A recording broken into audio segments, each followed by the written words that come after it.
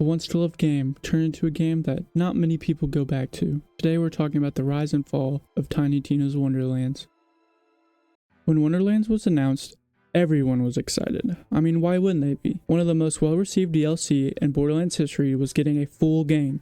Even I remember watching the trailer for the first time and getting excited about all the possibilities with raid bosses, legendaries, and cool class ideas. With all this potential, well, what happened?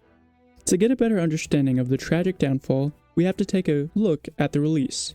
On March 25th, 2022, me and my friends decided to stay up all night to play the new Borderlands game, Tiny Tina's Wonderlands, as soon as it was released. And much to our surprise, they hit it out of the ballpark.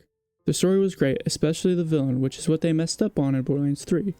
But after launch, the community started noticing some big flaws. First big flaw the community had started to notice in Wonderlands was the new loot luck system. At the start of the game, you had to collect all the loot dice on every character you made. Luckily, this was later fixed in an update.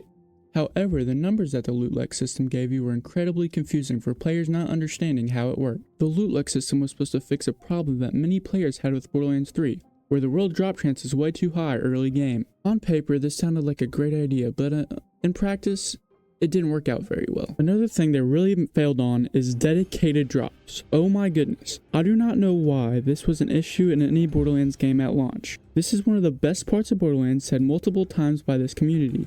I have no idea why Gearbox doesn't get this by now. We want dedicated drops. This cannot be a mistake made in Borderlands 4 or Wonderlands 2. I'm sorry.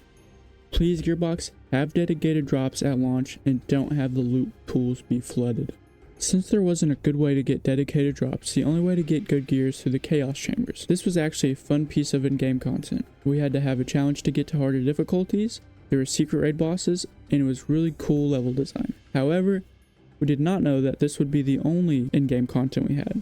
Soon after we played through a few characters and got to Chaos 20, it started getting stale. So what does Gearbox decide to do? They add more until we got to Chaos level 100. Way to listen to the community, Gearbox. Great job. Lastly, personally my biggest gripe with the game, the DLCs. Oh, I'm sorry, PLC. This content added 4 new Chaos Chamber-like missions to the game, just what we needed. The whole shtick with the PLC, is that each week the boss at the end gets harder. What hurts me the most is the pure potential for the Wonderlands DLC. Could you imagine how fun it would be if each DLC had a new dungeon master for each one? Like a DLC where Zero was the dungeon master, or even Gage would be awesome. It just had so much potential. Did Wonderlands disappoint you? Tell me in the comments below. If you liked the video, please hit that subscribe button down below. Thanks for watching, and have a great day.